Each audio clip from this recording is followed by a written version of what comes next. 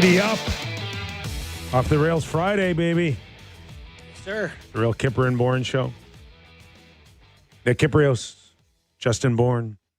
In for Sammy McKee, Daniele Franceschi. Hello, fellas. Disco Hello. Dan. How we doing? Back today. in the house, looking good. Love the suit, buddy. Thank you. Thanks. Great to be here, gents. Always a pleasure. Yeah, I immediately saw you and was like, I didn't dress well today. I thought I had to bring my A game, knowing the way you guys usually are suited and You booted never and know ready with to rock. Kip. Some days it's sweatpants, some days it's a three-piece. You just never know. Sammy, upper body injury, healthy scratch. What do we call Sammy? Yeah, he's gave working him on the something day in the minors right now. He's developing his game. Also on board, Derek Brandeo, Jake the Snake Schultz. Of course, we are live on Sportsnet 360s, Sportsnet 590 The Fan, Sportsnet Plus, and of course, anywhere you pick up your podcast, Spotify, Apple, YouTube, where we got the chats going, the thumbs up, plenty to get into, jam-packed. Pascal Leclaire, former National Hockey League goaltender, First-time guest for us. LA or La Poche Bleu is his podcast. Love it. There's some exciting things going on in the city of Montreal as we speak. Yep. And as someone that's covered a few playoff games, a few playoff series for Sportsnet over the years, there is no better buildup on a day of a playoff game than the city of Montreal. You know, now is also like the time. Like 4 p.m. Is it a 7:30 puck drop, whatever it is, 7 p.m. puck drop. 4 p.m. Everyone starts turning the page. Like they're at work, but they're leaving. People are starting to get together. The city, you're seeing people with jerseys around. There's nothing more fun than the night of a big game in your home city. Let's be real. It's a Friday, too. So they were probably in Montreal, say 2 o'clock in the Yeah, it's afternoon. over. All right, we're checked out. We're good. And to be honest, their bosses are probably encouraging that. Yes. So Why not? Yeah. Have fun. If it can get any better, it will, with Hall of Famer Henrik Lundqvist will join us as well in about 40 minutes. And then, of course, Friday, we take all of that positive build up and then we just drive it right in the ditch with Doug MacLean. yeah, you know, I think it's good to start from a high positive note when we start with Doug. Okay, Friday. Gives us a cushion. We got a few minutes before we go right into the NHL Stanley Cup playoffs, and we'll just finish off the week. We've had some Let's do it again, pal. discussion. Sometimes in. it lasts 7 minutes, sometimes longer. But the search for an architect, should I dare say president or general manager? No, but you can say head of hockey ops. Head of hockey ops, still in search for the Toronto Maple Leafs. Elliot Friedman, article on sportsnet.ca, Disco, touching up on maybe some of the things that we discussed earlier in the week. But we had mentioned that maybe a few GMs, associate GMs or assistant GMs around the league that have been interviewed have been let go in terms of they are no longer in the running. Elliot gave us some names today. Yeah, Ryan Martin is obviously the one out of New York, the Rangers associate GM. Doesn't appear to be in the running anymore. We have the two that seem to be the front runners, quote unquote, I guess. John Chaika, who is a former GM himself, obviously. And then, of course, the one name that we've heard a lot about, which kind of runs counter in terms of the identity and profile of this job. But you have, Scott White from the Dallas Stars, who's been in that organization for quite some time in Long the front time. office. And he's a guy that is, you want to talk about cutting your teeth. He's done that. So For the a names very long haven't- time. The names haven't changed per se. Right. But I mean, the Evan part. Gold out, Ryan Martin out. Yes, correct. Those two we do know. And then I think it was Chaika, we learned officially has interviewed for this job. Elliot was able to confirm that for us earlier today on 32 Thoughts. Yeah. Yeah. We mentioned that Chaika a couple days ago. We mentioned that I thought it was leaning towards Chaika. I still feel that way. You do. I do, yes. It just feels crazy to sit here today and be like, so it's John Chaika Or Scott White, or Scott White. who Like what happened to Gillis? I get it's okay. We'll get into Gillis in a second, but again, because it's Toronto. Yeah. I mean, Scott White becomes now a bit of a household name, and I don't know how many jobs over the years that Scott White has gone for, but Never really heard of him before. Mhm. And now he's this close to being the general manager of the New York Yankees. yeah. I mean, Right? Yeah. It's Like true. it's unbelievable, to be quite And, honest with you. It just doesn't feel like there's going to be two names named. And he's not this typical analytics guy. No. He is not the poster child for analytics like Sonny was, or even others. Like Yeah. that wasn't a strong analytic program coming out of Dallas Stars I the last do- few years. I do feel the need to mention that I don't know that John Chaika is a huge analytics name either. I know that he was a co-founder of Stathletes with his sister, and that's a stat aggregating site. But it wasn't like, from my understanding as well, they were kind of basic strategies or basic stuff. It wasn't like this tailor-made program. No, it's that not was like some complex model. Exactly. It compiles Yeah. total passes, total pass Yeah. attempts, total. What are you doing, right? You want a job? Chart this game for me and give me back the information. It is. So to me, the job of whoever has this analytics wise, the job is, and I've said this to you before, is interpreting analytics and then finding out how to implement that in a way that gives your team an advantage. So I don't know. I don't feel that the consensus out there is that he is Eric Tulsky or Sonny Maeda, who these people have data science degrees and this is their, and he may for all I know, but this is like their world is the numbers. I don't know that he's that. I think He's a business. Yeah, he definitely has a business background. I think for me, the part that I am interested in, and I mean, maybe we won't get an answer or any clarity until you know officially who the candidate is that gets hired and gets this job.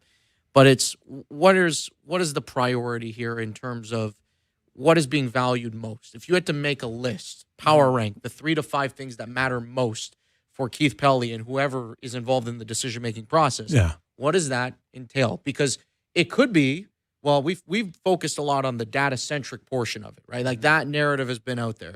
But is it vision? Is it structure? Is it experience? Like you go down the list, and of course there's going to be a certain threshold that you need to meet in order to get this job.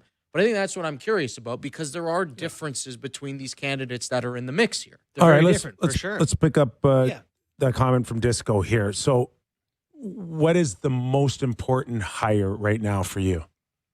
Do you mean job or the most important attribute or Anything that you deem the top priority right now for Keith Pelley? Well, a president of hockey operations. Okay. I agree with that. Because I want that to lead to a general manager. I believe, and I've said this over and over, that this is a huge job, and I want someone who focuses on the business and the sponsorships and the. And of all the names that we've heard up until now, there's only one guy for that right now, Mike Gillis. Yeah. And for that reason, and we said this earlier, that it's awfully quiet around him. But is he low in the weeds right now? And at the appropriate time, will they bring him out? It's funny because, like, the first time I heard the name Mike Gillis in his conversations, it was like, what are we doing here? He hasn't worked in a dozen years. Yeah. And now it's like. But that's not going to go away. No, but now I'm like, God, I hope he's the one. I really do. Like, to me, he makes the most sense learning more about him, his background, his time away, what he prioritizes. I do think that he would have a little bit more of a hands off and let me do this. Yeah. Sure. Which I like. Yeah. I know you may, but I'm not sure Keith Pelley will like it. But Keith himself says he doesn't want to decide who the third line left winger is, But you can still have that attitude and you could still say that. Yeah. But ultimately what matters the most, JB, is Mike Gillis. Who do you report to? Mm-hmm. Right? Who do you need to answer to? Is it going to be Keith Pelley? Or is it going to be above Keith Pelley? Because there are some guys that would want to come in and to truly feel like they're in control. I think they'd want to negotiate that I answer to ownership. Really?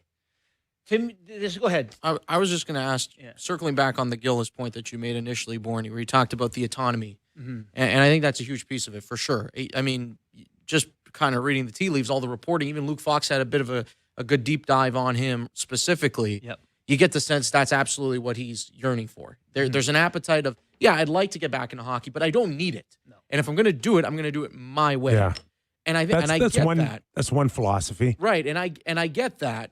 But then, you mentioned that it is a pick if the hire was made today and that's the name. Mm-hmm. I think the approval rating would be, okay, I can see it. But is that simply because the experience exists for a guy that's been in the position of saying, well, I can point to Vancouver Canucks, look at the infrastructure and what was built there. Is it simply based on familiarity? Because I don't know that it necessarily has to be that way for them to have a successful hire. Yeah, no, I don't think it's that. I think it's part of it is demeanor and age, and just this guy seems to want to be the dude, and that he was forward thinking in Vancouver and had that success. So part of me in having this conversation feels like part of the holdup and why Gillis's name is not is a power struggle. I don't know that. I know you don't. I don't know that. But like, it just makes no sense because other guys we know have been let know that they are not going to be in the running anymore. Yeah. Gillis was in the running, and now it's just he's not. Oh, but he might be. We don't know. We don't know.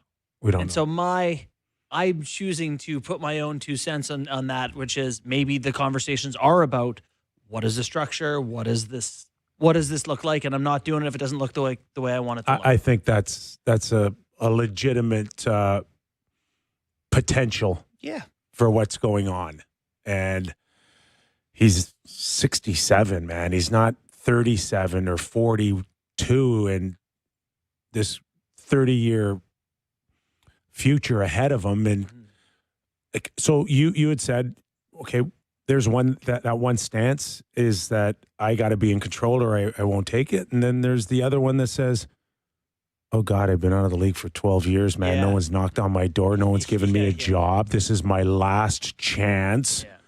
Just tell them what they want to hear and get in there. But that's not, I don't know. We don't know. I don't know.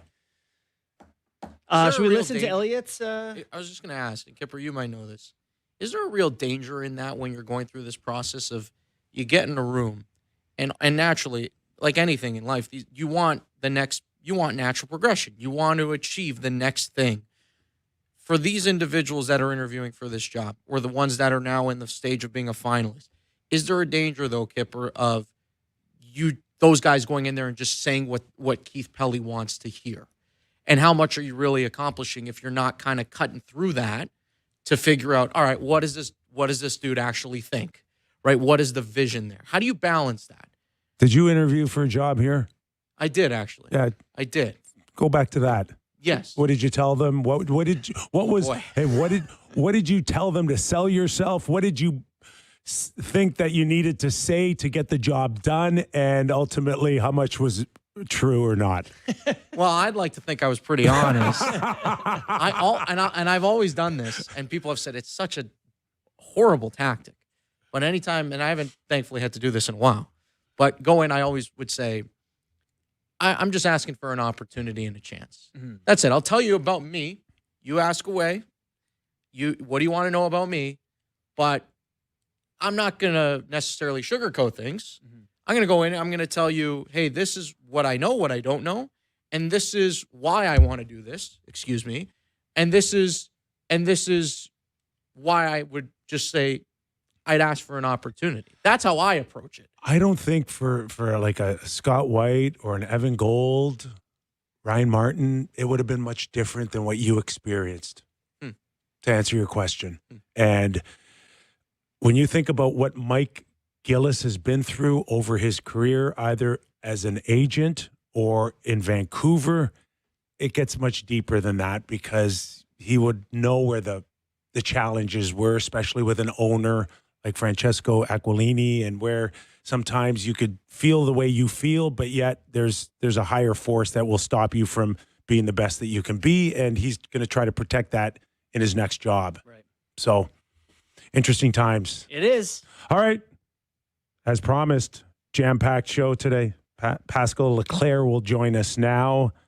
Le Poche Bleu is the podcast. How are you, my friend? And what the heck is going on in the city of Montreal as we speak? as they get set for a playoff hockey? Well, thanks for having me, guys. A lot of things. You guys know how Montreal gets crazy during the playoff. The atmosphere is off the chain. I think people got a taste of it last year in that first series. They weren't, for that young group, that was a long time ago. But now they've gained some maturity, and like the city and the fans really feel they have a good team this year, and especially by splitting the games in Tampa Bay, the city's pretty excited. You guys been through it.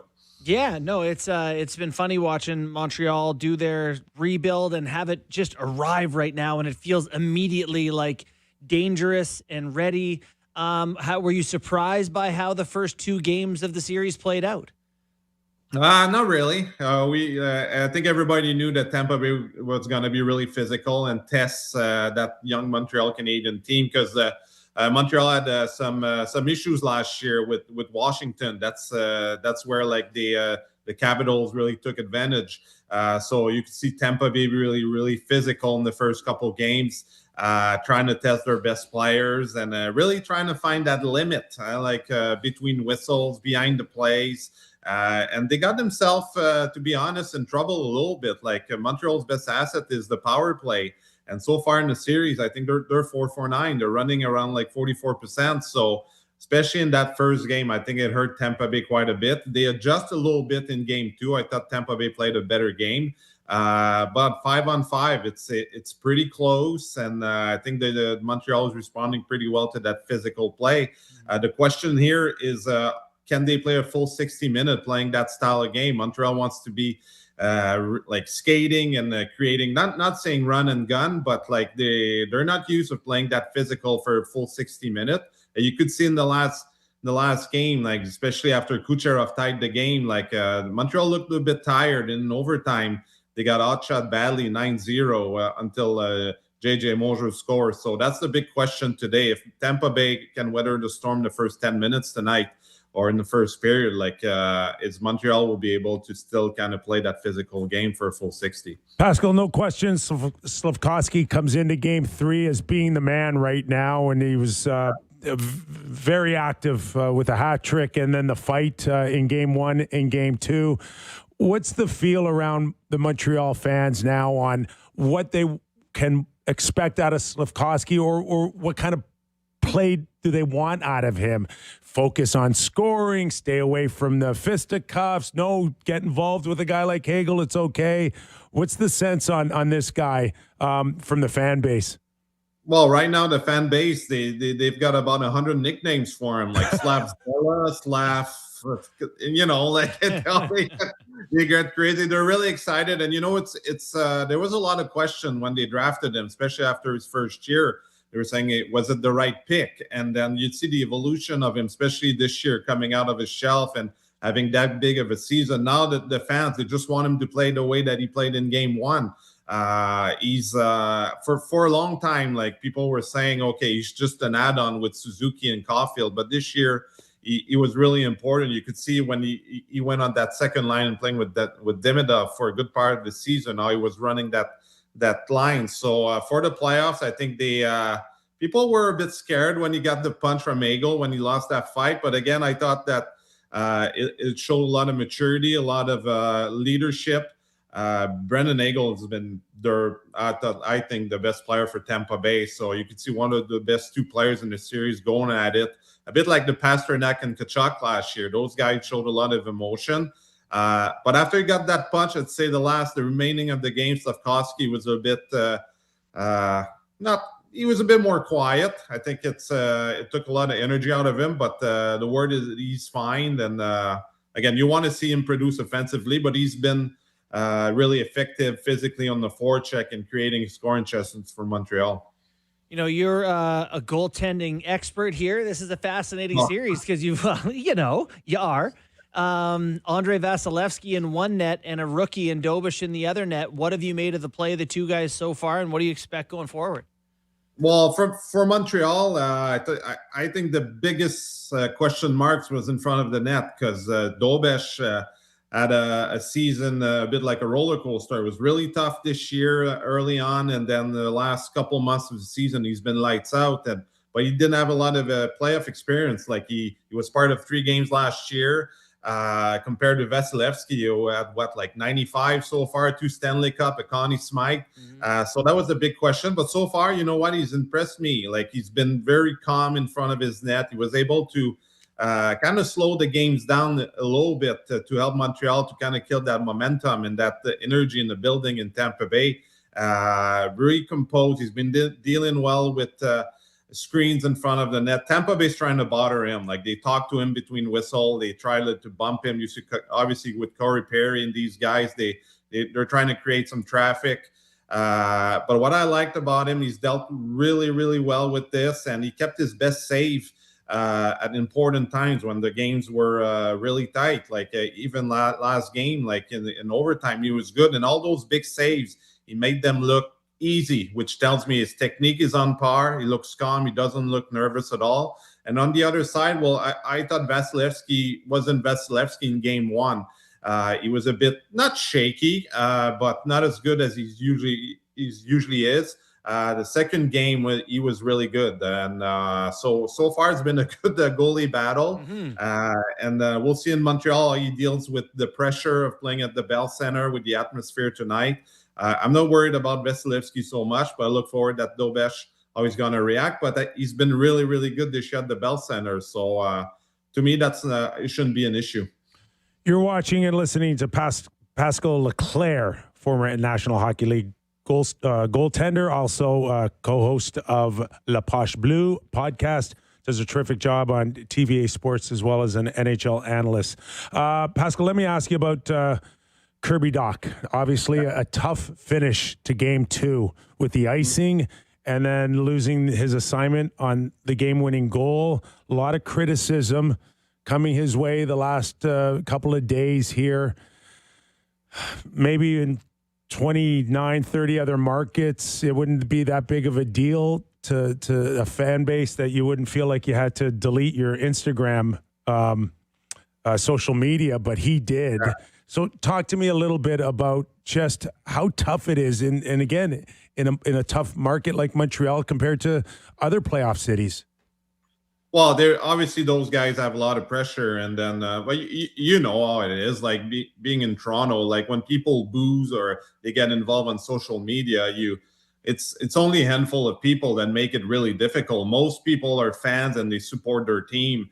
So it's too bad to hear that he had to deal with that on social media. But it is, I think for the most part, like people are behind Kirby Dach. And but you're right, you described it really well. He had a tough end of the game in game 2. And with Kirby Dach, like he was injured a lot again this year. And then his last 5 games, I think it starts from, he struggled a bit in those last 5 games. And people says, how much rope does St. Louis going to give him? Because you've got Gallagher sitting out. You've got Villano also sitting out that bring a lot of energy. Not maybe it's not talented, but everybody kind of hopes that Kirby Dach's going to finally put everything together with all the tools and be an impact, especially in the playoffs. And I could say his first couple of games, and if you take away the mistakes at the end, it wasn't that great of a performance again by Kirby Dach. He's playing on the 4th line with Kapanen and Bolduc. So people really criticize him, obviously, of those at the end of the games. I was expecting that Marty St. Louis would make a change, maybe bring a Gallagher, especially at the Bell Center, and that kind of series as well. It's been really physical between whistle and kind of bring that energy. And sometimes, it gives it a boost to your team. But Marty St. Louis is known to sticking with his players in tough time. I think he's giving him one more chance. I expect the people to be behind Kirby Dach, but I hope he's going to have a great game, because I hope he's not carrying this into tonight's game and says, oh, you don't want to see him make that mistake again. But he's got to be better. He's got to be more focused on puck. He's got to bring more energy.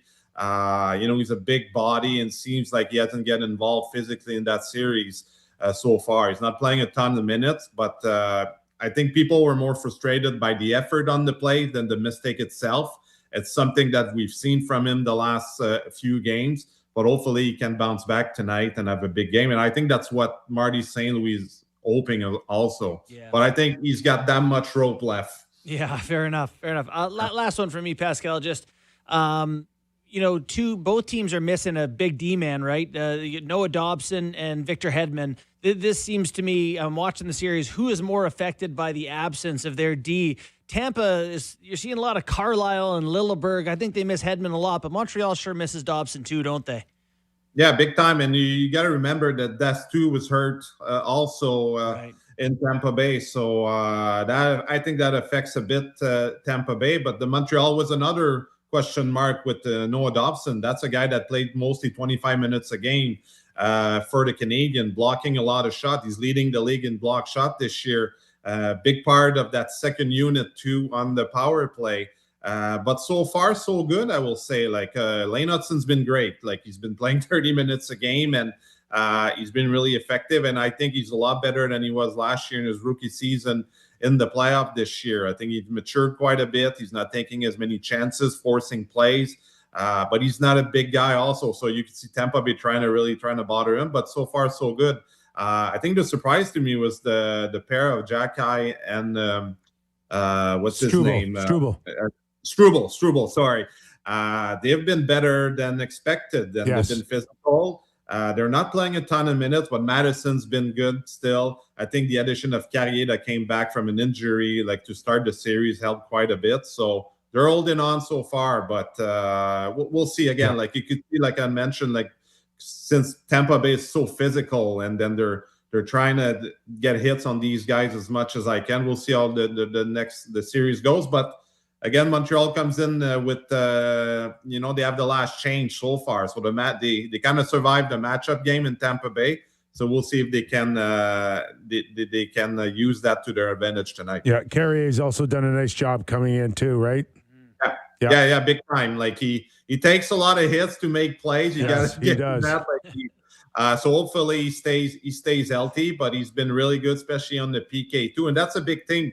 Like the special team battle, so far Montreal has won them. Like Tampa Bay's been pushing the physical, and they got cut quite a bit, and their power play has been really effective. And on the PK, especially last game, Montreal was perfect, was 3 for 3, and Carrier's playing some good minutes on that too. It all starts 7 p.m. tonight on Sportsnet, Tampa Bay and Montreal. Pascal, thank you so much, man. Really appreciate your time. Hey, no problem. Thanks for having me. Thanks for joining us. Appreciate it. Pascal Leclaire. That was a little bit about NHL goaltending. Yeah. And also the Montreal Canadiens. Always nice for us to have an expert. Yeah. Again, I mean, Toronto, Canadian markets, Montreal, Vancouver, Edmonton. Like I didn't know that doc story.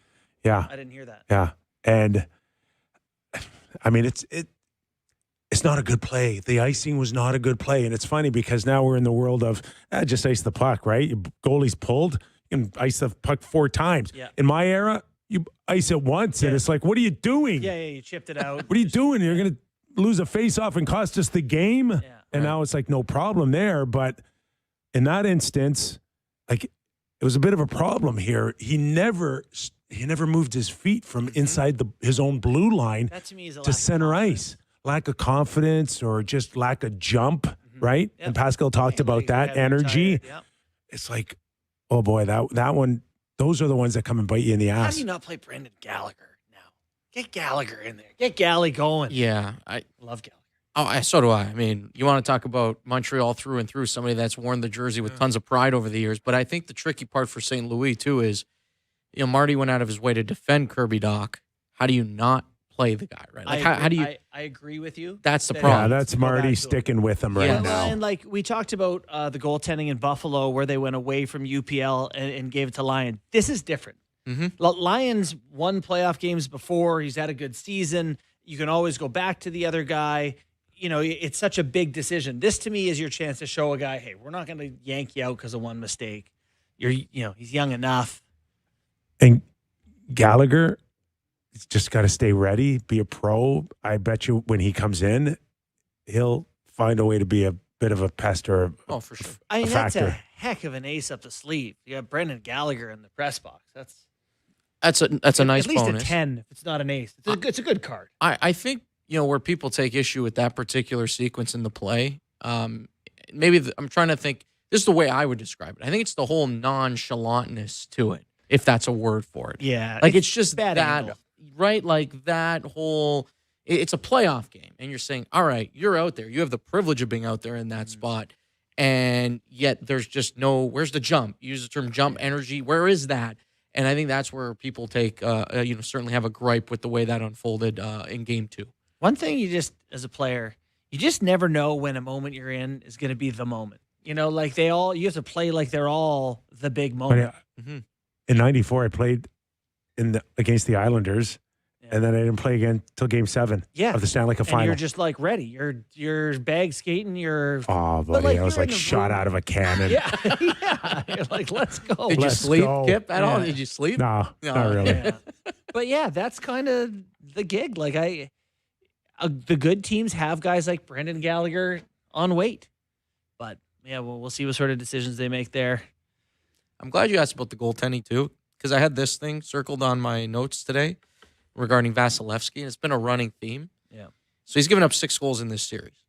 I think you just got to shoot high on this guy. Yeah. Right? All high? 4 out of the 6 high glove in this series. Only 1 out of the 6 anywhere low along the ice pad level. Yeah. Through traffic for sure. I mean, that's a trend. It's a theme. We've seen it for years now. Yeah. And if you're Montreal, continue to try and expose that. Upper half. I just think his body's somewhat broken down. It's very relatable. I look at him and he hasn't been the same since he's come back from back surgery, I think. Now, of all places to have surgery, I'm going to put that just after brain. Maybe heart as well. That's not a great surgery to have to try to be a hockey player. A big boy like him too, right? Yeah, not great. Why don't we break and we got more guests after the break. Ooh, Henrik Lundqvist, Hockey Hall of Famer, doing a terrific job on TNT. Will help tee us a plethora. Yes. That's why I have you around. See, Sammy would never have known that. No, Sammy would have been already clued out. He's thinking about his tea time. That's what's going on with Sammy. Of action tonight in the National Hockey League. King Henrik next when we return to Real Kyper and Bourne.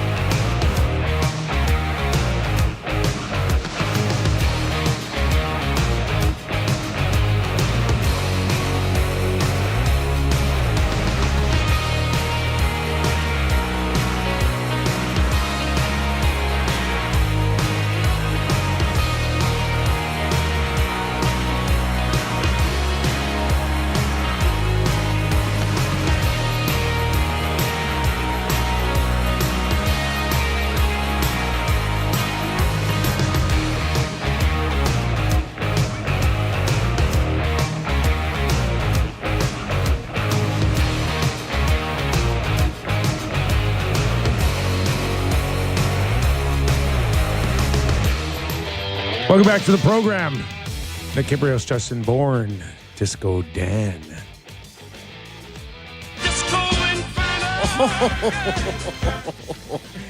Yes, Derek. I like it. The Yes. Studio 54. Is that what it was? You Yeah, and it was just a Madonna pup. and Mess? No, it was just a pup. You were there, though. No, stop it.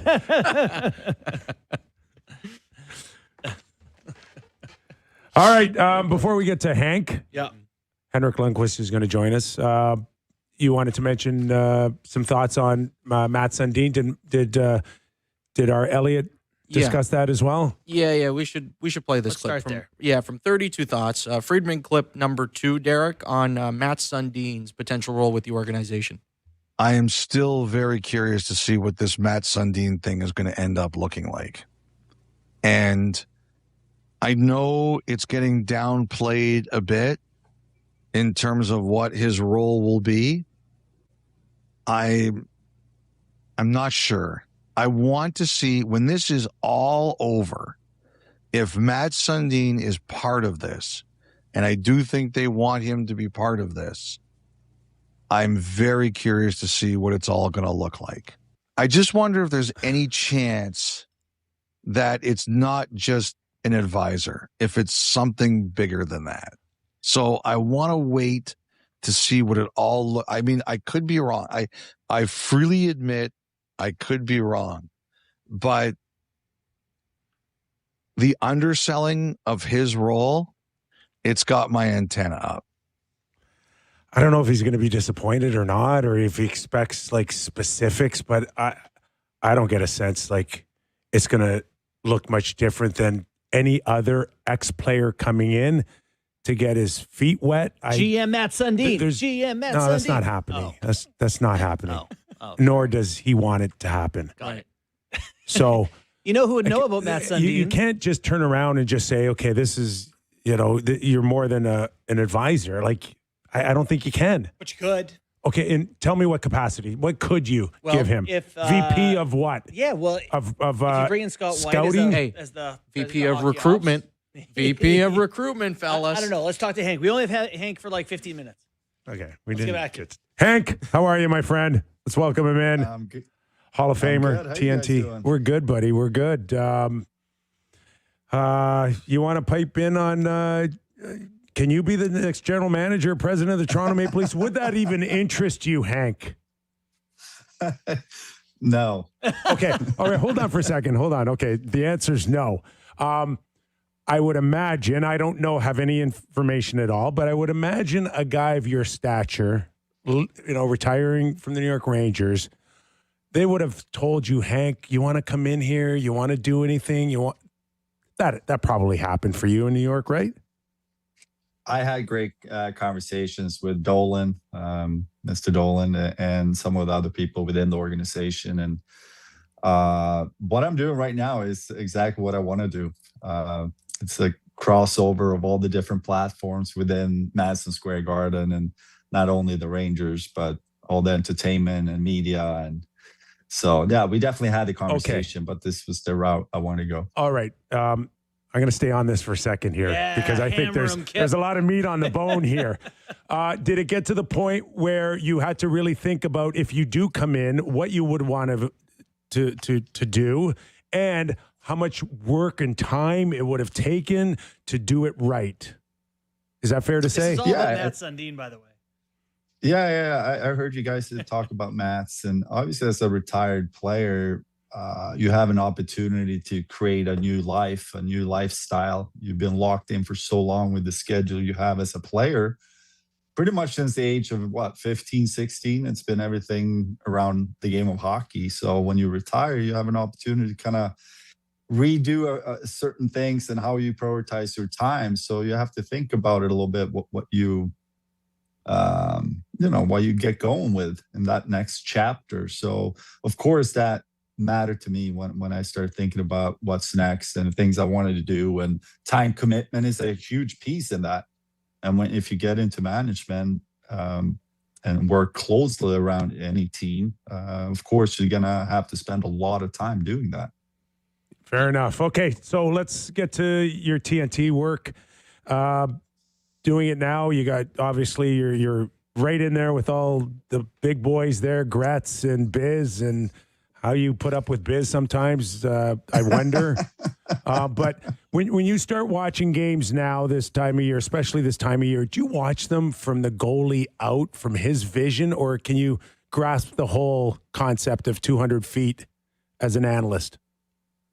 I think both. I think when you play the game as a goalie, you analyze it as it was happening. It's not a coincidence. You do see a lot of goalies work in media, and I think that was part of it. As you were playing, you were analyzing it. And now when I watch it as a fan of the game. I pay a little extra attention to the goaltending, how they move, how they react to the good and bad that happens within games. And then the momentum swings. I mean, I think we all can agree that that's the beauty of playoff hockey, you know, the massive momentum swings, and it could be a save or a block or a goal, whatever it might be. It's just fun to see it because, Kipper, we've been there, you know the feeling when it starts to turn, and what do you do to try to, if it's not in your favor, how do you stop the momentum? How do you bring it back to your side, right? So you see that a lot in the playoffs, and certain players are really good at grabbing the momentum, and if the team loses, they step in and do something to kind of bring it back to their side. Hank, I don't recall a time in your career, particularly in the playoffs, where you might have had a bad game. You didn't have many, but you had a bad game. They go, should we go to the other guy? Should we not put Lundqvist? Like, that just didn't happen. What are your thoughts when you see like Ukko-Pekka Luukkonen, have a tough night and then he's out? But like, they've been a tandem all year. How would you have handled the goaltending situation after a bad game too for UPL? Yeah, we talked about that on the network the other night, and it's just a different approach these days. It was very different. It would have been a bigger thing if it happened 10 years ago when you had the number ones play most of the regular season games. Not most, but a lot. Yeah, 60. 60 would have been an easy number, right, to hit? 60, yeah. And I mean, I started my career around 70, many years, and then 65 and then 60. So, it was never a big question. It would have been a big thing if suddenly, you put the starter aside. But now I think most goalies in the league, they understand the situation. They have a lot of times two guys going back and forth during the regular season. Sorry, I'm losing here. Someone's calling me. Sorry about that. It's Gretz or Biz. By the way, he's 70, 72, 70, 73 for games played consecutive seasons. Wow. Yeah. Yeah, that would have been a big story. You getting hooked. I think just goalies are used to it now. So it's not a big thing when they go back and forth. They understand it going into the playoffs that it might happen, and it becomes even more important that you support each other in that. So for Buffalo, for example, I don't think, if they keep playing here, it's not the last game we'll see UPL. Right now, Lyon played unbelievable last night, so he will continue, obviously. They might switch again. You're watching and listening to Henrik Lundqvist, former National Hockey Leaguer, Hall of Famer, known as the King. And of course, NHL analyst on TNT. So we're watching Ottawa and Carolina closely up here, Hank, and two goalies that we thought maybe their prior history would make it difficult for them to get on any type of role. In Ottawa's case, Ullmark is the least of their worries, and yet he finds himself down 3-0. Frederik Andersen's been terrific, but are you surprised at what they've been able to show so far, considering their past? I mean, both goaltenders been playing really well in that series. It's been fun to watch, but when you break it down for the teams, Carolina, they're a machine. They've been a machine for years. They're extremely consistent in what they bring as a team. On top of that, they have a couple players that elevated their game. That second line has been unbelievable for Carolina. So I guess for Ottawa, it comes down to the big boys that somehow need to elevate their game a little bit more to try to at least start with one win here. But in terms of goaltending, that's been a great series to watch. How did, like, just before we go to JB, just in terms of Allmark, when you're playing so well and you're not getting any offense, no support, like a pitcher, I guess, right? Who's pitching, 1-0 shutout and cannot get any runs here. What is that like for you, like internally, to deal with that? And how much can you nudge and push without feeling like you're overstepping to get the guys going? Yeah, I think during the game, you're so focused on your own performance. It might be in between games or something, you have conversations. But again, it's important to understand as a goalie, you're really trying to lock in on what you need to do, and what the team is doing. It's out of your control. How the other team is playing is out of your control. You win and you lose together as a team, and you understand that as a goalie. Yeah, sometimes you don't get the results even though you're playing your absolute best, and sometimes it's the reverse where you're not playing your best and the team kind of saves you. So of course you always hope that you will get the goal support and everything else you need to get a win, especially in the playoffs. But I think as a goalie, you get used to that at an early age, that you win some, you lose some, but the most important thing is you stay focused on your own performance. Hank, I do have an actual question, but before I do, I have to ask you about being a goalie partner with Steve Valiquette, who is a weekly regular on our show. How was your time as a tandem partner with Valley?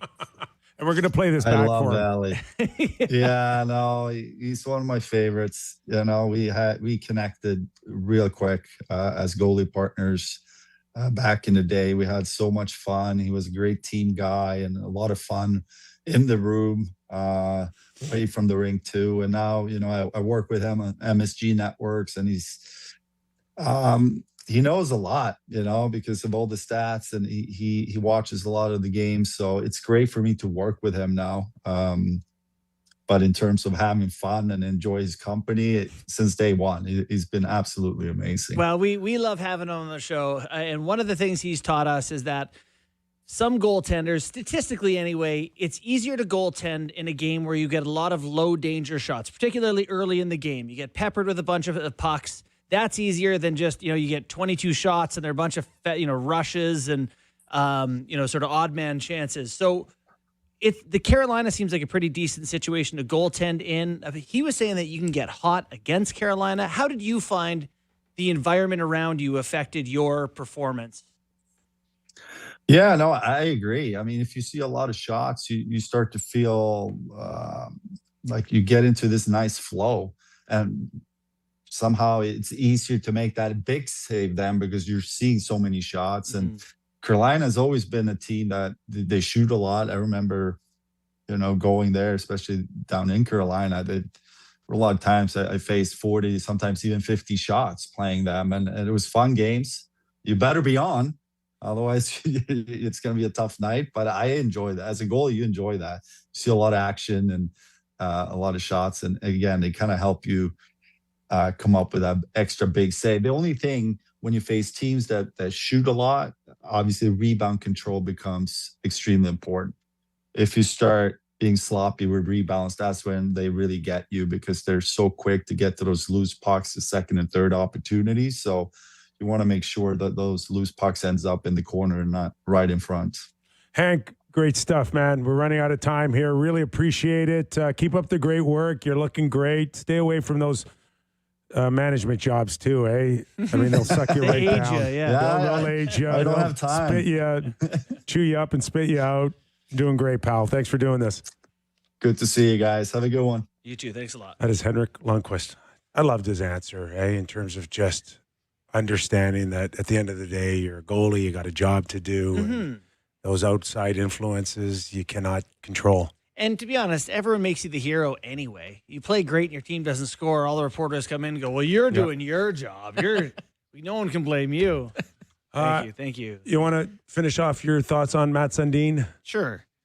I wonder if there's not some desire from this, management group to present him in a meaningful role. If it's going to be someone who is not a meaningful name, it's Scott White and but like Mats will come in, like many others have in the past. It's just, okay, and the latest example probably is Rick Nash in Columbus. And how many years did it take him to start getting more responsible and learning the business? And we're going to start hearing his name a lot more. Yeah. If that's, again, the path that he chooses. So are you Stevie saying that he Yzerman was put in- there prior to that not doing... It's just, Stuff? you got to come in and get your feet wet. You're not going to come in and start telling the scouts what to do, the trainers what to do. Yeah, I agree. You're- But I you're- think they may want to present him as that. Yeah, that one, don't be phony is my suggestion to them. Yeah. Okay, don't present because you think it's going to be a PR move. Okay, make it real. Mm-hmm. And Mats will come in. He'll try to support. And again, what is the agreement between Mats and the Toronto Maple Leafs moving forward? Is it, hey, groom me, I want to be a president one day? Or is it, I want to come in and I'll support every once in a while. I'll go back to Sweden every once in a while. I'll go fishing every once in a while. Or is it, Which I wouldn't blame him if that's Right. what he wanted. but if I made 130 million sheets, But I would want to be involved Right. still. I'd be like, can I come in like once every month and just like hang out? but yeah, and that's Give you guys like, my opinion? yeah, and people that are working 24/7, pulling their hair out, are going to go, okay, that's not working for me. Yeah, but they're going to go, oh, it's Matt Stindine. No, we're past that now. I think for me the tricky part in general, you got to be careful. I think from a managerial perspective, don't fall in love with the alumni hires just because they're alumni. No, Hey. right. Not in that love sense, with Kipper. me, I'm an alumni. No, not in that sense, Kipper. I mean, particularly just from saying, like you just said, but it's Matt Sundin. Right. I Yeah. get the appeal, but Doesn't mean they know how to do that because they can shoot it in the net. there you go. It is kind of leaning towards Gillis, Chaika, Mats. What do you think? I think you're right. But the Gillis thing is still, it's all, I don't know. I don't know what I believe. We need to go. We'll know more maybe next week. I bet you Monday when we check in, we'll know. All right, Doug MacLean when we go national next on the Real Kyper and Bourne Show.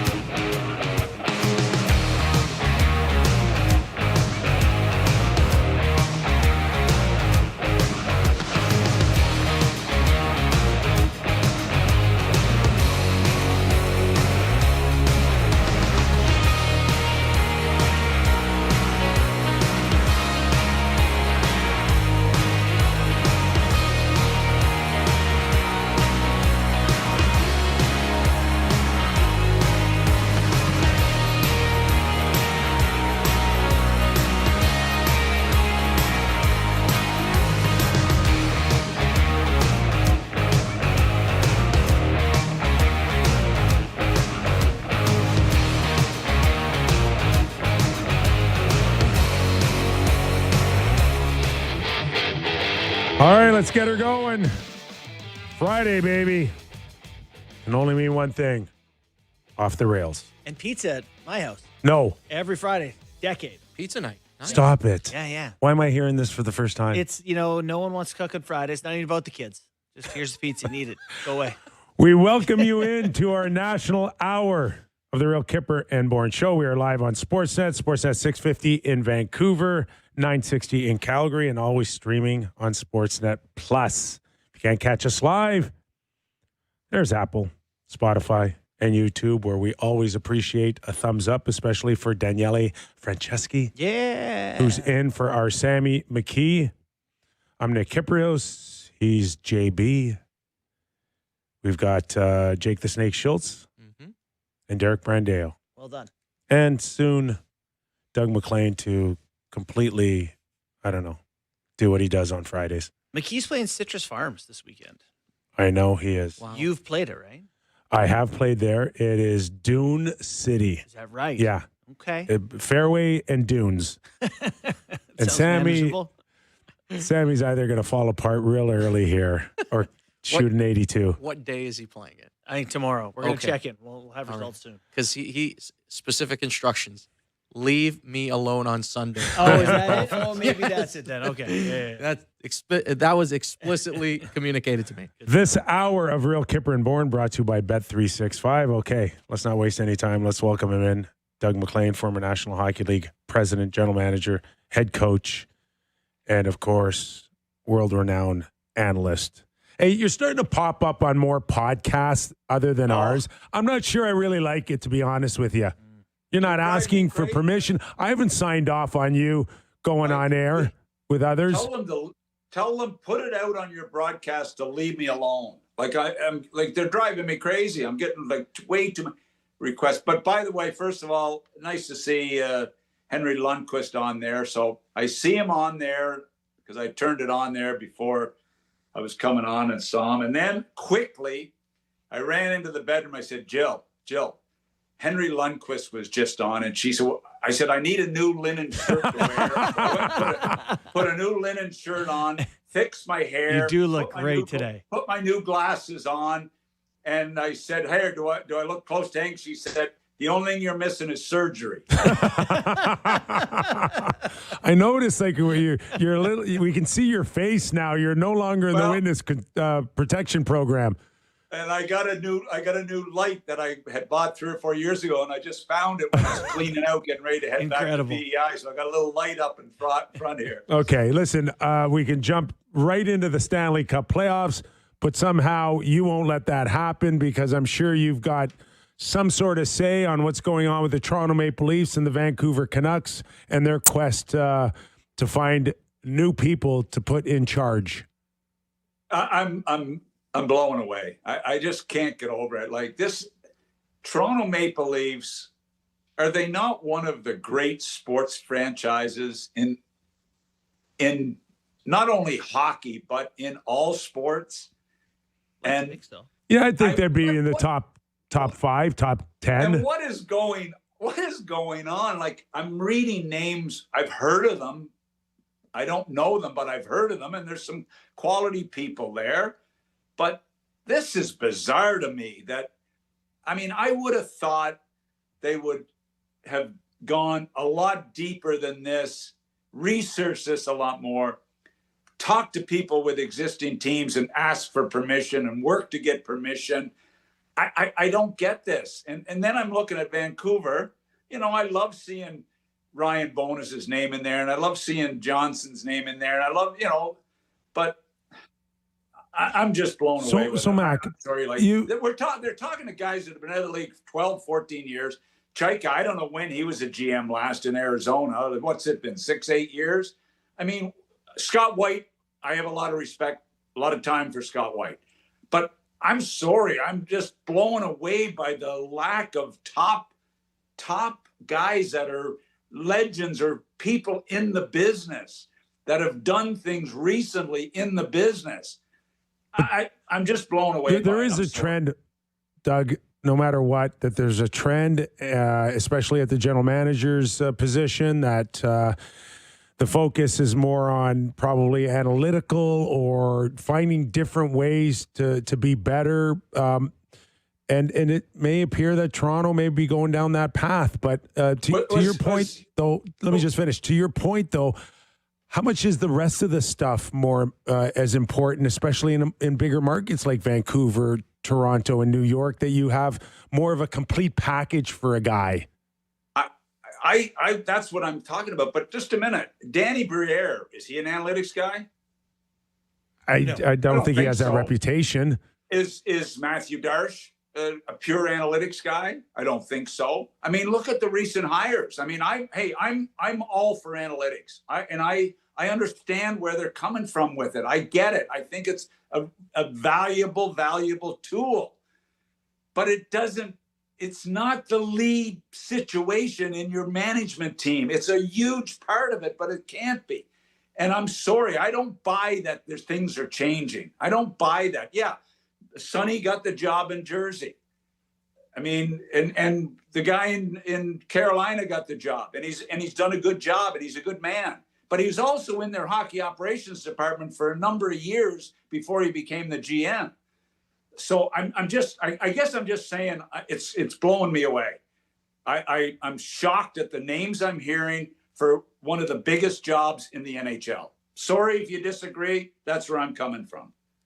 Yeah, I mean, don't disagree. Personally, I think what I can't get past is the idea that, like, it might be one guy, and then maybe it won't be. But the idea, like, to me, that this is a big business side. Like, the whole business element of the Maple Leafs seems like a separate thing to me from having say on who should, again, play third line left wing or something. So, I don't know, Mac, you know more about that stuff than I would. How much business is involved? It's got to be one guy that's the boss of the hockey operations side. Yeah. He's not going to be president of the Toronto Maple Leafs. That's for damn sure. Brendan Shanahan, I guess, was sort of the president, but they had umpteen business people that were top corporate people, like, this guy is got to be the head of the hockey operations department. I don't care if he's the president, and I don't care if they have a president of hockey ops and a GM. I don't have a problem with that. But I just don't understand a rookie GM. And even Chaika, to me, is a relatively rookie GM. He was in Arizona. I mean, they hardly won a game in the number of years he was there. And, you know, he got suspended by the league. He lost his first and second round pick. I mean, this is the Toronto Maple Leafs. What is going on here? I'm sorry. As a president and general manager, Mac, I believe that as one of the leaders there, you value whoever's in your system, and who eventually can move on, who you want to keep, who you want to protect. Sometimes I hear things in terms of, you know, whatever we hear about certain guys behind the scenes. Would you, as a president general manager, would you try to protect losing key guys that you know that you are making you better, and then prop other guys to, like, secretly kind of be okay with them leaving? Like, did that happen? Were you ever in a situation in Columbus where people were poaching some of your guys and you didn't necessarily have an advancement in their job description, but you didn't want to lose them either? You know what? I didn't in the hockey ops department, but I did in the business side, where, you know, the Cleveland Browns, you know, the Cleveland Indians and the Cincinnati Reds were after our top people in our marketing and in our ticket sales. But I mean, if I had you know, we were a new expansion franchise, so the guys were relatively inexperienced, but you promote guys any which way you can. If a guy can get ahead and get a better job, like White has been in Dallas for a long time under Jimmy Nill. I understand that. I'm still shocked that a guy like Mark Hunter, with all he's done in major, junior, and for a short time in pro, that his name doesn't even get mentioned, and he's one of the good hockey people in North America. I mean, he's proven it time and time again. I know it's with the London Knights. I know it's junior. But Mark Hunter is a really, I know him really well. He's an unbelievable worker. He's a talented guy when it comes to evaluating players. He knows the league, and his name, it doesn't even get a mention. And I'm listening to these other names that have done really, sure, they've been good. Gold, I like Gold. He's a good man. But this is the Toronto Maple Leafs, and you're coming in to run one of the biggest and most highly pressurized organizations in pro sports. This is not a job for a rookie. I'm sorry. Are we good on this topic? I'm good. All right. Mac, let me talk to you about the Stanley Cup playoffs. Watching the Ottawa Senators last night, I got caught up watching the Brady near spear on Martinook with 10 minutes left in a game where they're down 1 in the third period, down 2-0 series. I was just like, what are you doing? Like, where's the focus? Where's the hockey IQ in that moment to prioritize? Go score a goal. This guy can shoot it in the net. What's going on with Brady and these, I guess, the top guys there? The first game, he and Jordan Stahl fight off the opening face-off. And I'm thinking, come on, this is the Stanley Cup playoffs. Brady, you don't have to do this. You don't have to fight the first shift of the Stanley Cup playoffs. And you know what? He's lucky he's not out for the series because Stahl caught him with a haymaker that would have hurt a lot of people. Mm-hmm. And then I watch his game, the first 2 games in Carolina, and I mean, he's got no speed. He's not playing with any tempo. I watched him last night. Same thing. He's taking bad penalties.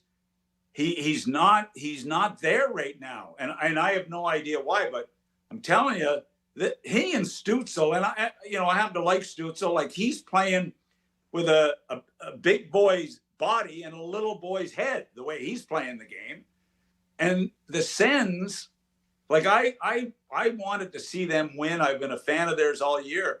I mean, they're playing not to lose. They're not playing to win games. Their power play is ineffective. Their top players have looked slow in the game. And I'm disappointed. And the one guy I really questioned all year was Ullmark, and he's been their best player. He's been their best player. He's the only guy they're even being close in these games. So, kudos to Carolina. They have played really well. Rob Brindamore is a heck of a coach, and they're coming at you, whether it's Stan Coven, whether it's veteran guys, whether it's the Slavin on the back end that logs big minutes. These guys are playing really well. So, they've got to play like they've got to take a step here and play to win, not play to lose. And that's how they're playing right now. The challenge gets that much bigger without Jake Sanderson, who's been ruled out with a concussion, Mac, on a Taylor Hall hit. I didn't like it. I thought it was suspendable. What were your thoughts? First of all, one other point. I've never seen a team give the puck away so many times, whether it's on dump-ins that they don't retrieve or just pure giveaways. Okay. And look, compliment Carolina for being in their face and putting big-time pressure on them. Okay, just one more before we get to the Sanderson hit. The hit. Hold on. I may have never seen a worse 5-on-3 in all of my days in hockey. That was record-beating bad passing. And there's been 2 of them. Don't forget there was one. I guess it was a 6-on-4 in Carolina, where I don't know if they got a scoring chance. But the hit, I didn't like the hit. I couldn't, sometimes I get confused because the shoulder goes through to the head.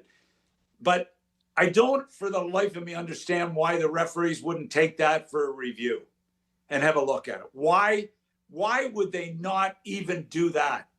It's a premier defenseman in the league. I don't care who it is. When you have a hit to the head, if you're not sure, if you didn't get a great look at, go and do a review on it, and then it takes everything away. They put themselves in a tough spot by not doing that. I thought that's 2 games all day long in the regular season. Yeah. I don't know if it's something changes, and I don't know. I have no idea what George Peros is thinking. I didn't think it was overly forceful. But I don't know what the referees were thinking on the ice. You didn't think it was that forceful? No, I didn't think it was. Because the league probably the league thought the same thing. It wasn't that forceful. Yeah. But JB, it's got to at least go to review to the penalty box. 100%. There's 100%. It's got to go to the penalty box. And then if they look at it in the penalty box, I have enough respect for those guys that if they look at it in the penalty box and they come back with the same decision, I'm fine with it. But for the life of me, I don't understand why they wouldn't have gone there. Yeah. Maybe a referee will let me know why. I mean, I have a good relationship with referees. I mean, I told you, every time they write a damn book, I'm a paragraph at least in it about what an asshole I was. But anyway, it's the spitting gum or throwing gum at them that really I think they were excited about over your career. You know what? I look better today. I don't look as good as Henry, but I do look better. And so I want to get into some positives here. Good. Please lead us down a positive it's Friday, path. for goodness sakes. I mean, you guys don't prepare for these interviews, so I just have to have all the questions prepared in advance. But what about the Philadelphia Flyers? I mentioned Danny Briere, and we all know the president, who's done it, Jonesy, who's come in, and the president of hockey ops. We know Tocchet. And that's a team when I see them. And the way they're playing, guys, like there's no way in the playoffs light skill matches heavy resistance. It doesn't work. That was beautiful, light by the way. Skill versus heavy resistance. I'm writing that one down. The Flyers play with heavy resistance. And I'm also enjoying watching Zegras and Forrester and these young guys, the way they're playing and the speed they're playing with. And Velmelka, if that's how you say his name. That's good. I mean, really, they are playing hard. They're 3-2. The Pens come back a little bit, and all of a sudden, boom, 4-2. Game over. Mm-hmm. So, I feel for Sid, but the Flyers, I've watched them a lot the last 3 weeks because they were in the race head-to-head with Columbus. And I'm telling you, they have been a good team. And I'm telling you something right now. If they had Cutter Gauthier on their team, I know they would be they'd be a contender for the Stanley Cup. The only thing I'm going to add to that though is Drysdale had a good year. I know he's not Cutter Gauthier. I know he's not 100%. But what is Drysdale to you? Good. A top a 3 to 4? He's Bowen Byram. He's a second pair guy who can help me shoot at the net sometimes. Look, and I agree, but Cutter Gauthier has a chance to be you trade Cutter Gauthier for like a number one. Yeah, no, right? Cutter Gauthier is going to win a Rocket Richard at some point. Yeah. I mean, and watch him. Hey, he's been better. Is this show go across Canada? Don't you worry about our reach. Keep this on the QT, but he's been better than McDavid in the 2 games. Whoa.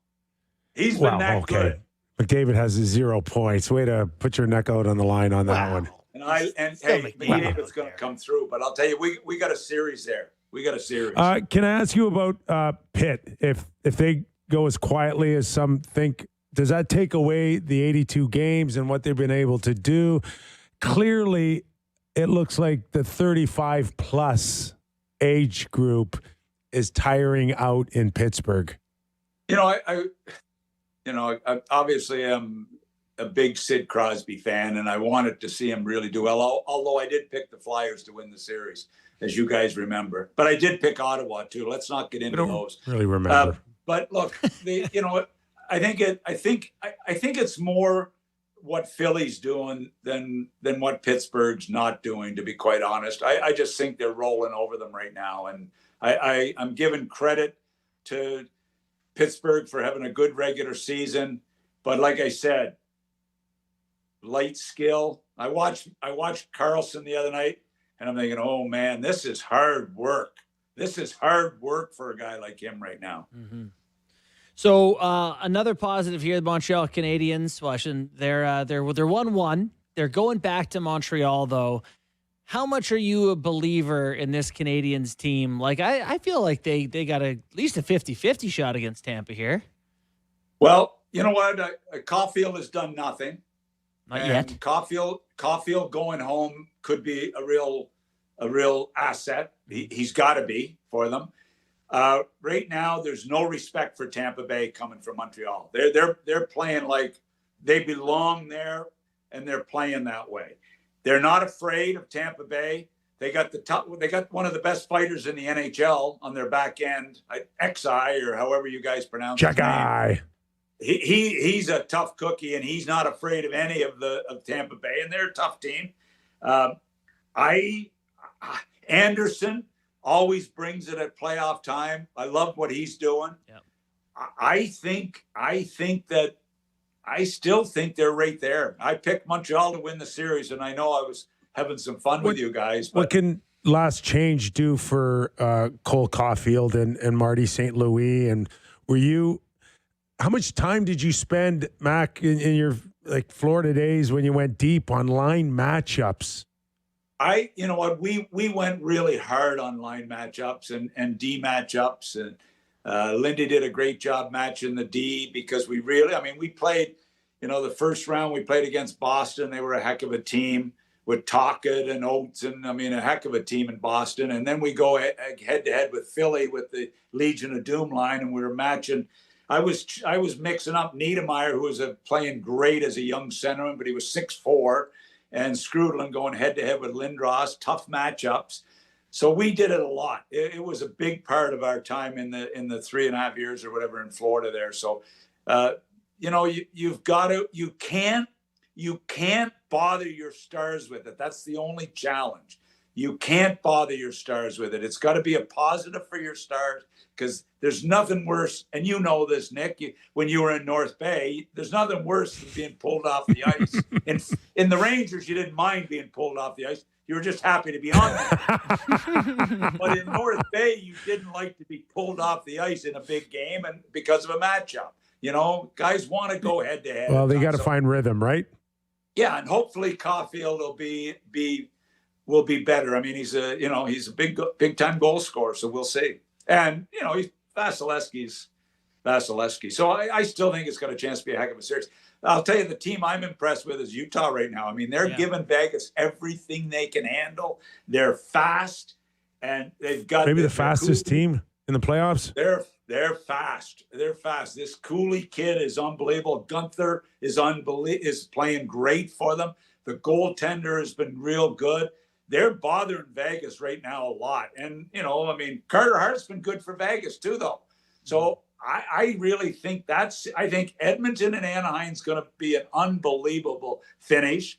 You got to believe Edmonton will come through, but I still think it's like a racetrack. It's a track meet right now with Hugh is behind the bench, and he's just telling them, let's go. This is a track meet. Let's just go with speed. And they're playing well. So I think Utah and Anaheim are right in these series and have a chance for upsets. I didn't pick them, but they have a chance. Yeah, the Oilers, no power play goals through a couple games. McDavid, no points. Like they're taking away some of their best assets. I don't know that's going to hold up, but they have been so far. The Vegas thing is fascinating to me. Like, they make the Marner move. They make the move for Rasmus Anderson. Like, they are geared up to go. They get a pretty soft opponent, or at least the path through the Pacific here. Any concerns? I know you liked Hart, but I was a little concerned the other night. Eichel letting the guy go to the net, score a big goal. He's got to be. You love what Eichel's brought to the table in both ends of the ice, but that play bothered me. So I mean, the big boys have got to get it going, and they have a ton of experience, and you got to give Kelly and George credit for the experience and for the plays they've made, the gambles they've made. But these are, as I said last week, guys, these are great matchups every series. And everybody rips Gary about the alignment and everything. But right now, to me, Gary's looking good with the matchups. Looking real good with the way we're seeing these matchups play out. We can include Buffalo and Boston in that. Oh, big time. 100%. You and I were 100% different on our Eastern Conference preview. Any right now I think we're even, Mac. Any change your mind on anything that you thought going into the playoffs? You know what? You should take that as a real feather in your cap that you're. Well, I'm bringing it up for a reason. This is going to be on my resume.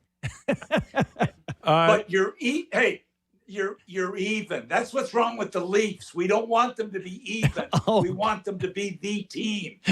Right. So get right. your head out of the sand and become the team. Thanks, Coach. I love it. So, Mac, we had Henrik Lundqvist talking about. I know you had Henry, and so and he was Jill, we very got it. good We looking got it. compared to what we're seeing right now. By the way,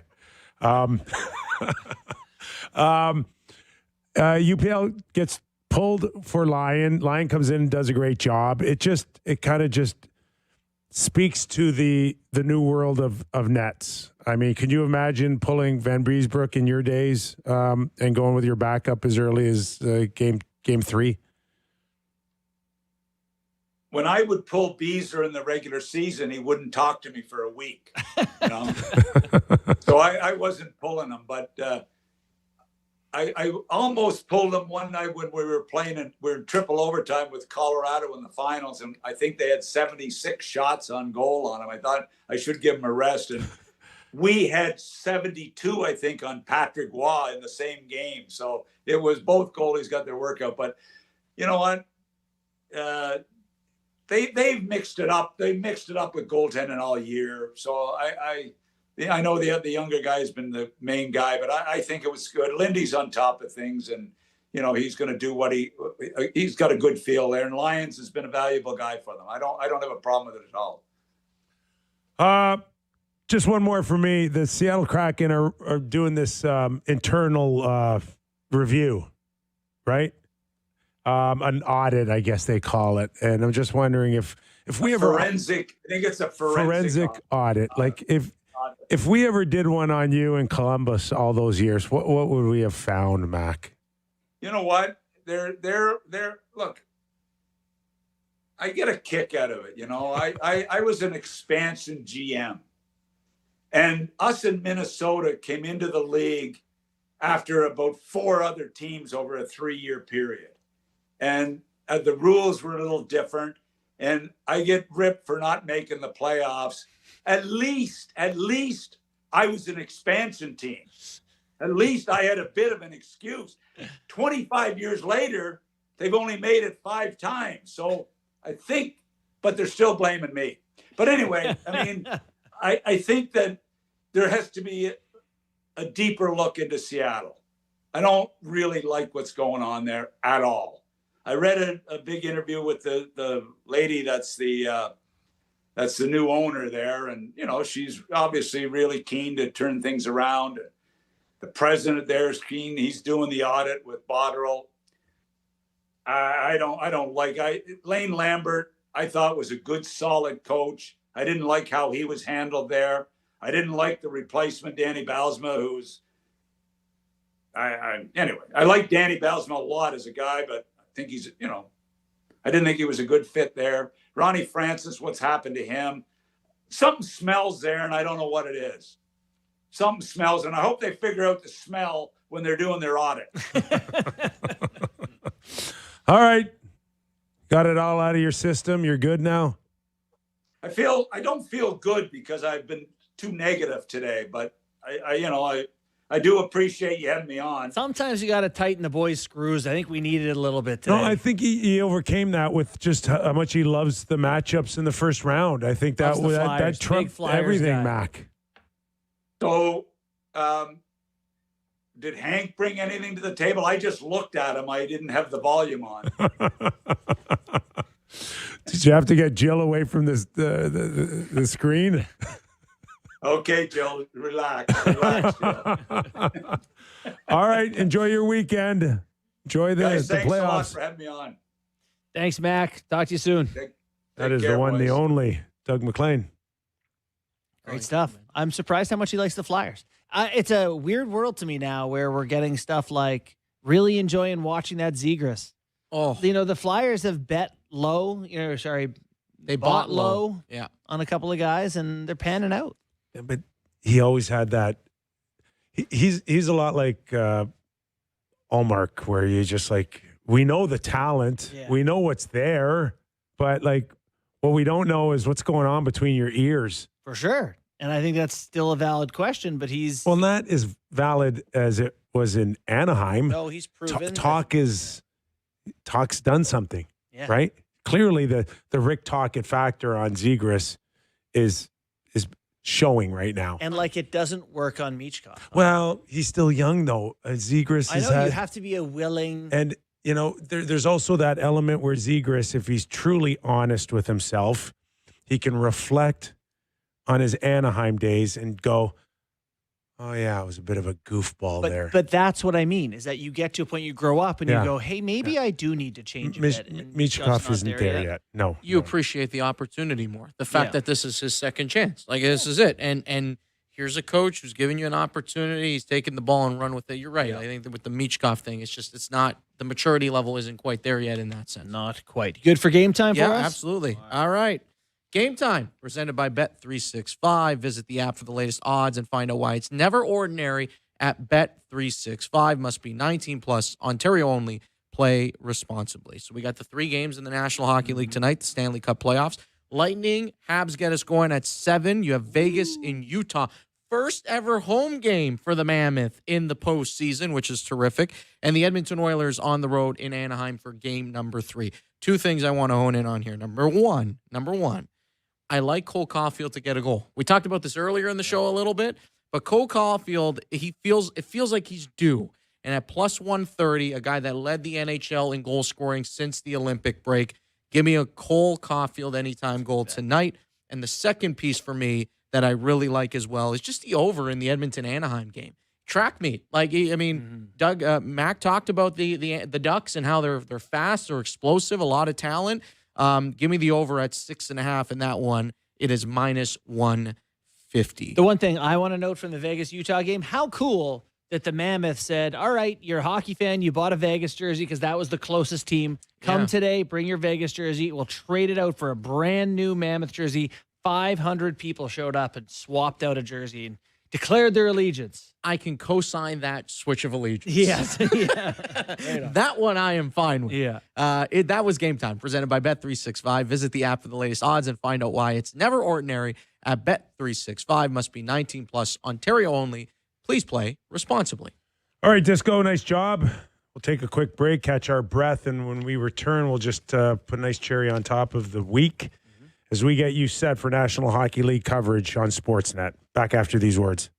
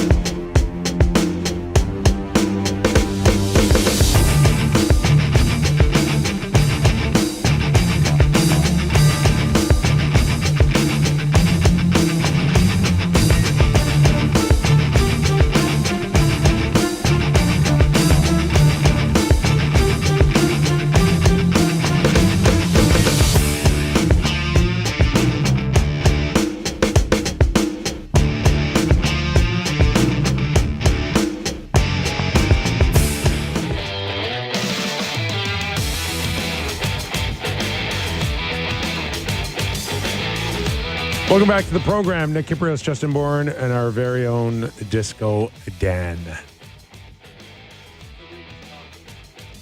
Is your mic on? We were just talking at the break. A lot of penalty shots. What was the stat you... It's an absurd number of penalty shots. So there's been 4. In a week? In a week, right? Since the playoffs started. 4 in a grand total of 21 games.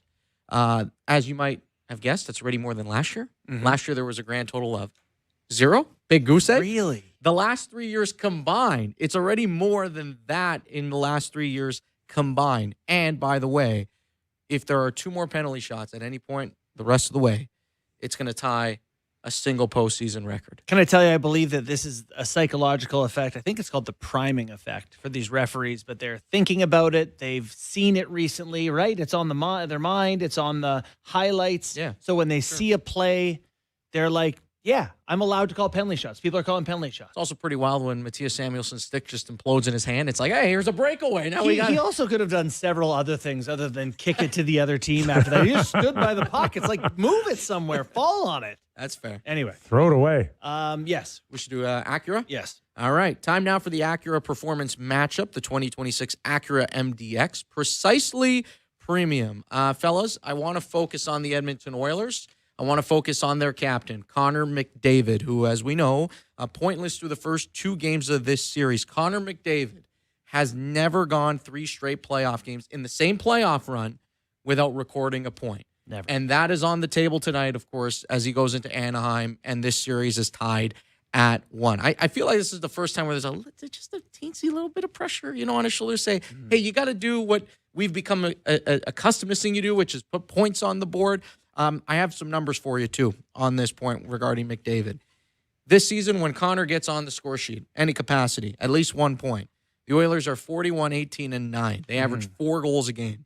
In the 16 games where he has not recorded at least 1 point, the Oilers have 1 victory. They're 1-13-2, goal differential of -34. So good things happen when Connor McDavid is able to produce offense. What did you say? A tiny little piece of pressure? Just a little teensy bit more. I don't think he's felt teeny since he was 7 years old. He feels monster pressure in game 53. Yes, I do. Really? I do. Yeah. Wow. And I think he wears it. I think you can see it. I think he tries his best. I'm not sure he's really that good at it. To me, it's like Nathan McKinnon, and he just once McKinnon got his, we could kind of see his personality a bit more. Like Gaz did a really good, Luke Gazdic, good interview with McDavid for a feature, but he's just very guarded in general, right? Like he's serious, and he's, I don't know, maybe that's just the way he is. I am There's worried pressure. about the last couple of days with whatever he's dealing with. Injury-wise. Is it ankle? Those are never fun. And once he took his boot off after the game. Yeah. Swelling potential next day. Did he feel it? I hope he's okay. Mm-hmm. He seemed to be okay when he finished the game, but you can't tell me that it didn't affect him in game 2. Like that giveaway he had late in the second period. Like, when was the last time you saw that? And he lacked a sense of urgency to recover off of it as well. He called it a miscommunication. He was almost like, where are you going to his teammates? And there was a... Yeah, I hope whatever he's dealing with, I hope it won't play that much of a factor in. 2 points tonight. Well, the ice time, too, Okay. I mean, clearly, even if it was bothering him in any way, shape, or form, wasn't reflected in the ice time. I mean, in the series through 2 games, he's averaging nearly 24 and a half minutes, which is just absurd. Crazy number. That was the Acura Performance Matchup, the 2026 Acura MDX, precisely premium. Also, this hour, Real Kyper and Bourne, brought to you by Bet365. Thank you. Okay, For our sponsors.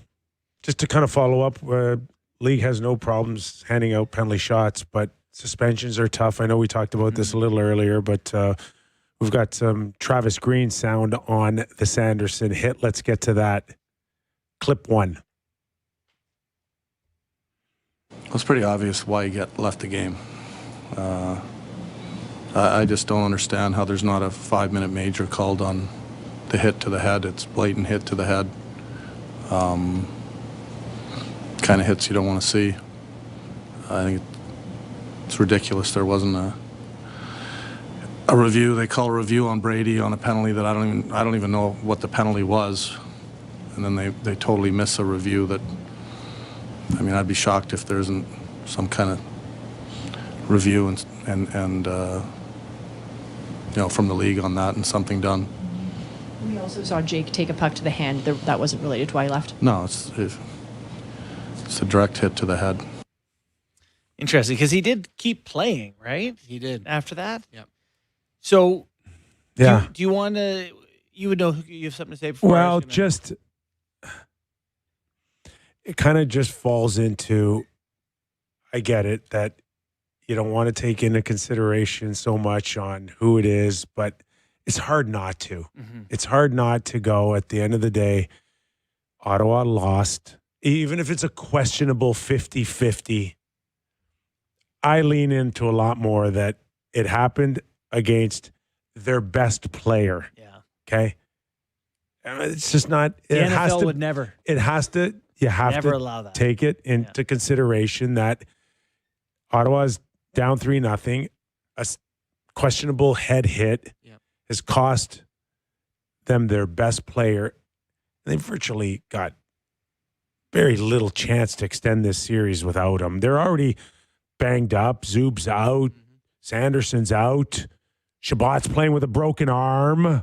Like, come on. Is it Clevin that's got the fishbowl? Yeah, Broken it's got a jaw. thing going on. Right? Off a broken jaw. Unbelievable. I'm looking at these Spence and I don't know, Get ready to speak Crotty. Crotty. I mean, I like, Karate. like I'm looking at this. I'm looking at this blue line, going, yeah, good luck trying to extend this series. So Green followed up today on the NHL Not Considering. Why don't we go with that clip 3 from Travis Green.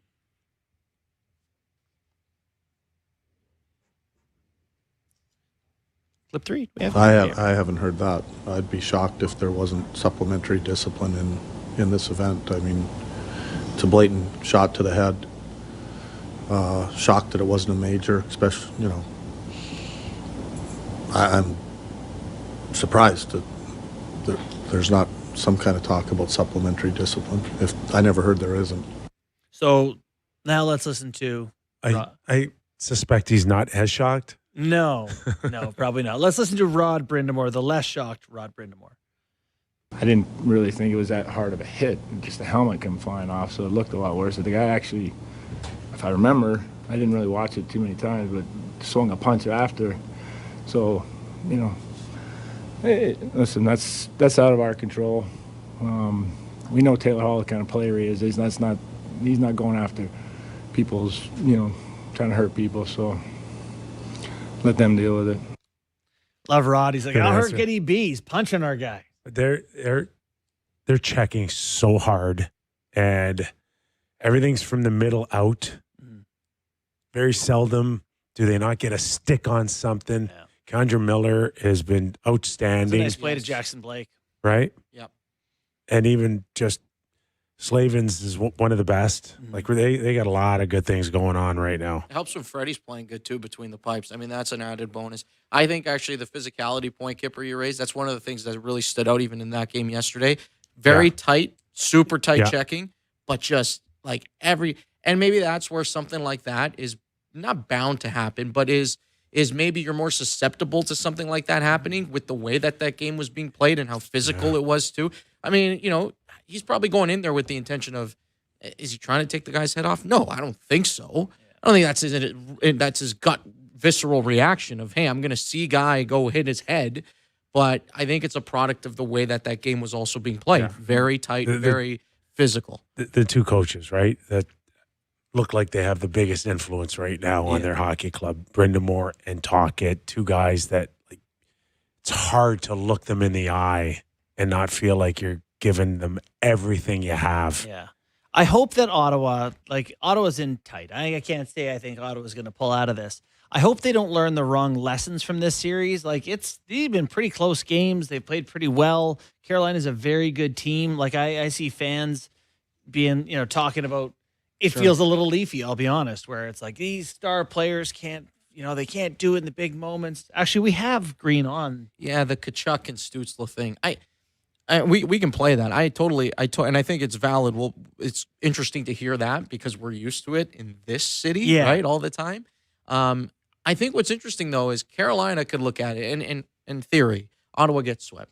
Well, Carolina's gone to the conference finals year after year after year, and the whole story is, yeah, that's fine. You're a cute story, but you're never going to win, right? They've been in that spot so many times where they've been the ones sitting there either swept or gentleman sweep in a series. And I think it's a good point that you raised, that you got to make sure that no matter what happens, you don't take the wrong lesson or come away with the wrong impression from how this went down. I just want to throw that in before we hear from Green on Tkachuk and Stützle in this series. How would you assess how Stützle and Tkachuk have played to this point? No points through 3 games. Yeah, average. What needs to change in their game so they're above average? Well, they need to play better. I mean, to be above average, but there's a lot of players in the series that are probably average. Both teams can make players look average. It's that kind of series. There's not a lot of space out there. You got to fight for space. You got to sprint through your shifts. You know, and times you can't do too much either. You know who's talking about doing too much? Stützle. And it's a little bit of and he's a very skilled guy and he's highly competitive too.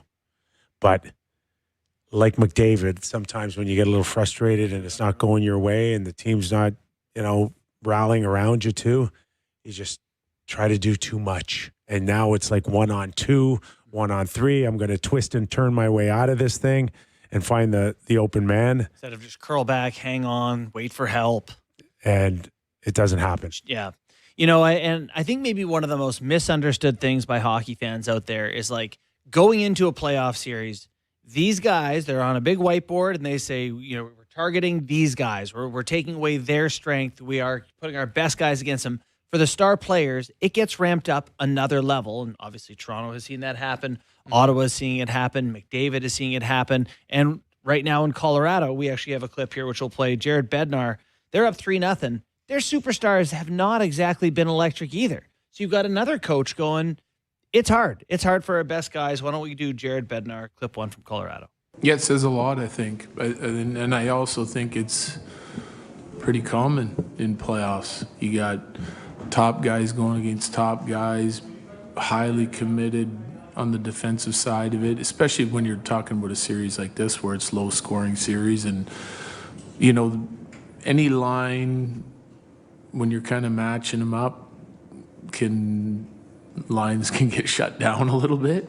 I think you're seeing that on both sides. So then you just got to keep going through your roster. And if you're tying a lot of matchups, you got to find a way to win one to make the difference. And I think, we've done that to this point in the series. And it's been tough sledding to create offense, but we have different guys stepping up on different nights and scoring in different situations, even if it's just one to make the difference.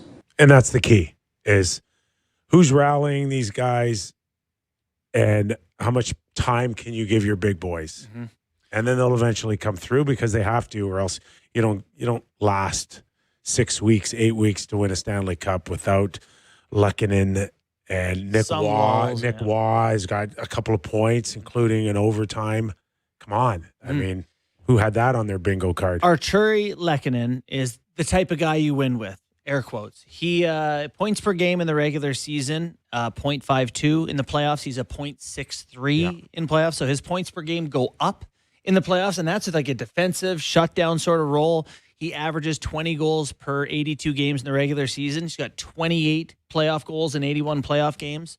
Like, he scores goals more in the postseason. So he's the exact type of guy that you're like, you need that guy farther down your depth chart. It also helps. I mean, Jared Bednar, he can sit back and say that because he's got a really, really loaded roster. Like, that helps. That's nice. It's convenient to say, yeah, we can take on any given night pressure off of our main guys, but I do know they need to score at some point. Yeah. But I think the point is sort of salient in the messaging. I get it. But it does help when you've got, Brock Nelson and you've got Nazem Kadri. That's you mentioned Lehkonen, like that's a pretty nice luxury to have top to bottom across your forward group. Pretty darn good.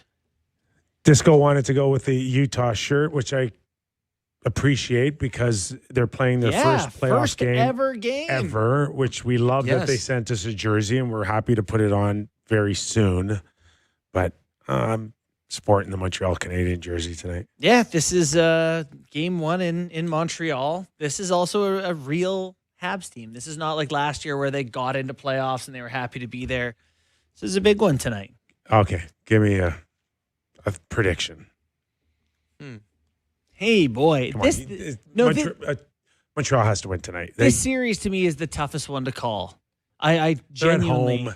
The energy, the building's going to be magic. Okay. And they're gonna pick this one up. Did I you think have a they're gonna Cole score enough. Caulfield goal? Give me I do. three. Cole Caulfield goal. That's what I had. Give me Thanks to our 4-2. friends, by the way. Thanks to our friends over at Bet365. This hour of Real Kyper and Bourne brought to you by Bet365. Caulfield 4-2 empty net? 4-2. With a no, Caulfield no, goal? No. straight up. Straight up. No empty netter. I'll 4-2. give you 5-2. Okay. I'll say they really get after it. Speaking of Utah, can they squeak out a win against Vegas and go First up? game in Utah. I think we got a low-scoring overtime affair.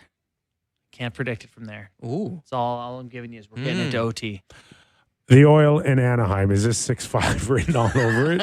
Well, I do think that the Oilers' number one focus is how do you tighten up now? How do you defend? We want to play Spec wrote an article that they want to get back to the 3-2 type of hockey, not this 4-3 stuff. And so I don't know. I think they're going to tighten it up a little bit. Oilers get her done. When we come back Monday, McDavid. how many teams are eliminated from the Stanley Cup playoffs?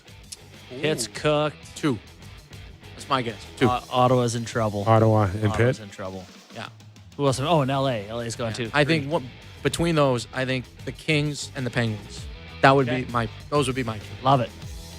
Great week, boys. Yeah. Daniele, fantastic Great job job, coming pal. out of the bullpen. Thanks for having me, Can you fellas. pitch for the Jays out of the bullpen? Yes. Premium I'm going to lineup. Jays We got right the now. goods. Are you? I'm going down. Our thanks to Pascal Leclaire, Henrik Lundqvist, and of course, on Friday, Doug MacLean. Man. If you get a chance, give us a rating and review. We'd love to hear from you. A thumbs up, always on YouTube. Great chats as always. Enjoy your weekend of hockey on Sportsnet. We're back Monday.